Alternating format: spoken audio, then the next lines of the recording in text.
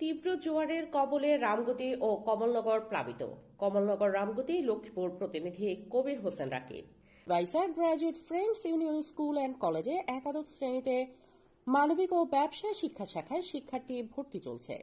লক্ষ্মীপুরের কমলনগর ও রামগতি অস্বাভাবিক জোয়ারের পানিতে মেঘনা নদীর উপকূলীয় এলাকা প্লাবিত হয়েছে। স্বাভাবিকের চেয়ে প্রায় 6 থেকে 7 ফুট বেশি জোয়ারের পানি নদী থেকে প্রায় 3 কিলোমিটার দূরে লোকালয় পর্যন্ত পানিতে তলিয়ে গেছে। আজ শুক্রবার বিকেল 3:30 থেকে জোয়ারের পানি লোকালয়ে ঢুকতে শুরু করে। সন্ধ্যার পর থেকে ভাটায় নামতে শুরু করে পানি। কমলনগর উপজেলার চরফলকন, সাহেবের হাট, পাটোয়ারির হাট, চরমার্টিন ও কালকিনি ইউনিয়নের বেশিরভাগ অঞ্চল জোয়ারের পানিতে তলিয়ে যায়।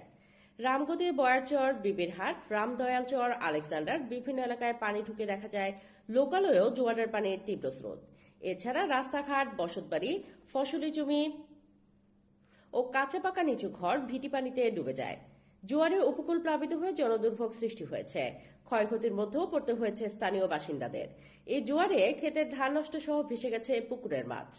হাঁস মুরগি সহ গবাদি পশু নিয়ে বিপাকে পড়তে হয়েছে এলাকাবাসীর।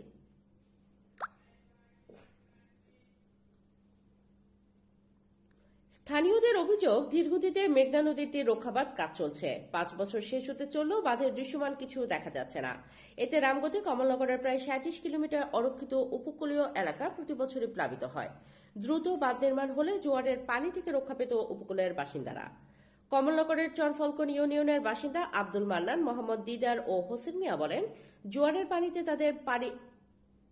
তাদের পুরো বাড়ি ডুবে গেছে। নিচু ভিটির ঘরের ভেতরে পানি ঢুকেছে। সবাইকে চৌকি খাটে আশ্রয় নিতে হয়েছে। এলাকার রাস্তাঘাট পানির নিচে ছিল। ভাত রান্না করার মাটির চুলা নষ্ট হয়ে গেছে, পুকুরের মাছ ভেসে গেছে।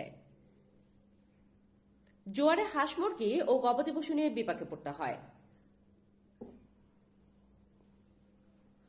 এই ব্যাপারে কমলনগর উপজেলা নির্বাহী কর্মকর্তা রাহাতুজ্জামান বলেন, কমলনগরের উপকূলীয় অঞ্চল জোয়ারের পানিতে প্লাবিত হয়েছে। আবার সন্ধ্যার পরপরই জোয়ারের পানি নেমে যায়। তবুও আমরা খোঁজ নিয়ে প্রয়োজনীয় ব্যবস্থা গ্রহণ করব।